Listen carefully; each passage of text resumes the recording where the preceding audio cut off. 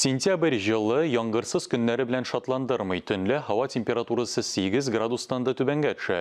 Түбән-Кама шәһәре мэры Айдар Метшин социаль өлкә учреждениеләренә һәм торак йортларга җылылык бирү вакытлары турында онлайн форматта узган атналык планлаштыруда игълан итте. Тулырак киләсе репортажда. Ребятишки, вам не холодно? Birinci şiratda bağlar bakışları hem məktəblər жылытуға muhtaç. Onların kayberləri жылытыла başladı indi. Балалар бокчасында hava температурасы жылы әле.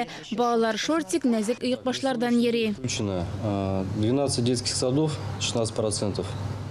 18 sentyabrə qədər sosial əhəmiyyətə ие bulğan bardıq obyektlər, xəstəxanələr, məktəblər, yuqarı yurtlarına жылылıq birgə planlaşdırırlar. На данный момент у нас ведется Hazırki vaqtda bizdə nasos cihazlarını taşdırı, şulay gidravlik rejim uğraşdırı boyunca zor iş alıb barıla. Түбән-Камадағы торак йортларда батареяларны 1 октябрьдән дә сыңа калмыйча яки 5 көн рәттән урамда температура 8 градустан югарырак күтәрелмәсә, жылыта башлаячаклар. Yakındагы берничә атнада синоптиклар уртача тәүлеклек температураны 10-11 градус, урыны белән югарырак булыр дип фаразлый. Шулай булгач, шәһәр халкының торак йортларына җылылык сентябрь ахырында гына бирелә башларга мөмкин. Фанис Мөхәммәтов, Алмаз Кашаев, Рафаэль Ракипов, Татарстан яңалыклары, Түбән Кама.